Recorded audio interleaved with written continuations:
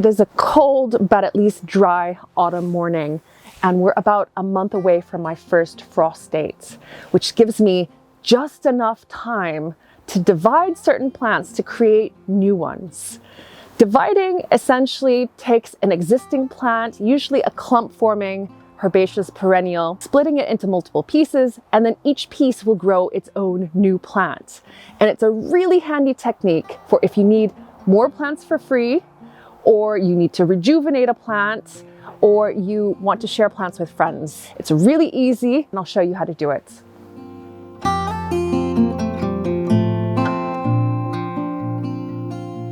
Gardeners tend to divide perennials either in early spring or in autumn, 4 to 6 weeks before the first frost dates. And the basic rule, the general rule, is that plants that flower in early spring get divided in autumn, so the autumn before, and plants that bloom in late summer to autumn get divided in spring. Now, that's not a hard and fast rule, but it's important to understand why. The main reason is to avoid any disruption to flowering. So if you chop up a plant, plant it back up, it's going to be really focusing on recovery, so growing roots and recovering from that trauma, and it's not going to be focusing on producing flowers. The other thing is that if you chop up a plant that has just finished flowering, it will be depleted of energy because it will have put it towards those flowers. So if you do it now, it could be stressed or affected, especially heading into winter.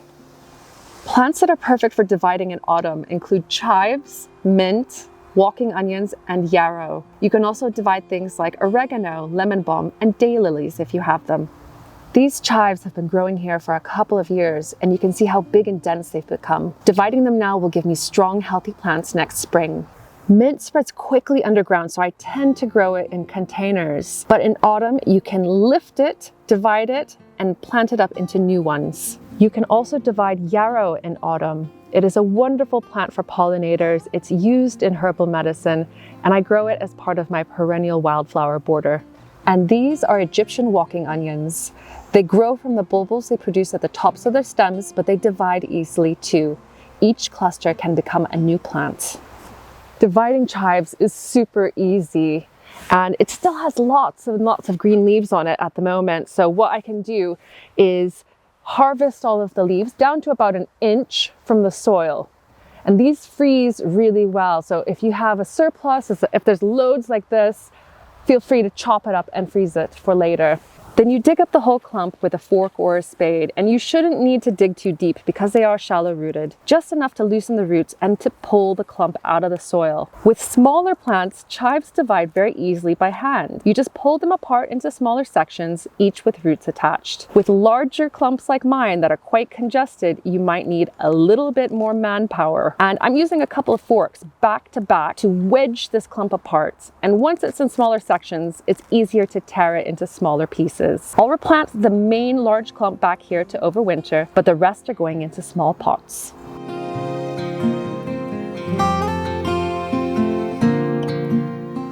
From that one clump of chives, I was able to divide it and get 15 plants. One that I've put back in the soil, and 14 that I can put into pots and grow on, have them to put in a new garden perhaps, have them to share with friends, to take to a seed swap, or just to have as a backup. Here in front of where the chives were growing, I have a patch of Egyptian walking onions. And with these, you can eat the greens, just like green onions or large chives. And the principle with dividing these is exactly the same as the chives, although these are much easier because they've got larger stems and bulbs. And with these, I will definitely save some extra plants to take with me to next year's seed swap.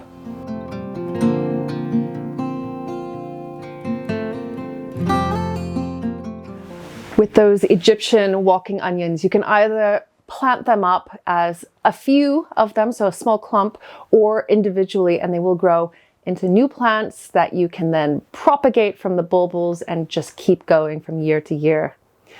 Now here in front of me, this is a container of black Mitchum peppermint, and I found out this summer that this is the best peppermint I've ever tasted for peppermint tea. It is just so intense and gorgeous.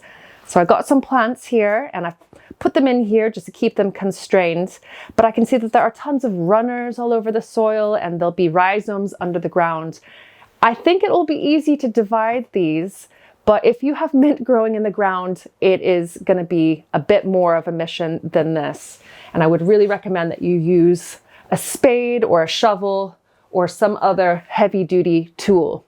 But for this container, I think my hori-hori knife will be my tool of choice. If you don't have a hori-hori knife, you can use an ordinary kitchen knife to cut through the roots and to lift a section as well. Just make sure that it's a knife that you don't mind getting ruined. And then with mint, you can pull it into clumps and pot them up individually. You can also pot up the runners. The runners are these stems, and wherever they touch the soil, they will form roots. So you can pot those up into their own individual containers with some potting mix, and they will grow into a new plant. So with mine, I'm going to overwinter them in a sheltered spot like here in the polycrub, and then in spring I can plant them out into their own larger containers.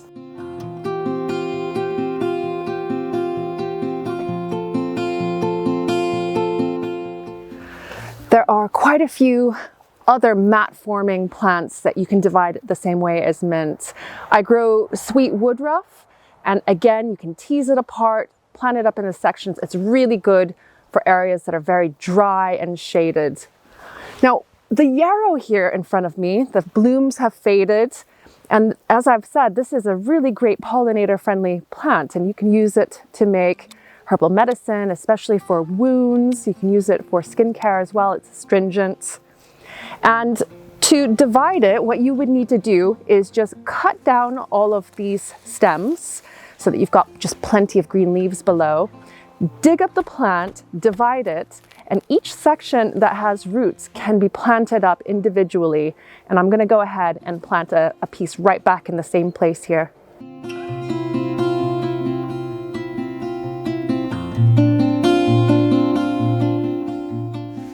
From that division of yarrow, I got potentially 12 new plants for free. And then of course I was able to plant that clump, the original clump, right back in the soil where it's rejuvenated and it will carry on flowering, having even more space to stretch out. So when you divide your plants, you are not only getting plants for free, but you are increasing the vigor and the health of your existing plants. And then of course, if I make this move, then I have a piece of the garden to take with me, again, for free. There are tons of ways to propagate plants. This is just one way. And at this time of the year, if you've got a bit of a window of time before your first frost, get dividing because it really can't hurt. If you've got any questions about anything that I've shown you, leave me a comment down below. And I have plenty more videos for you to discover here on Lovely Greens on how to propagate plants. And I even have another trick or two that you'll be able to propagate plants over winter. Thanks so much for watching, and I will see you in the next video. Bye for now.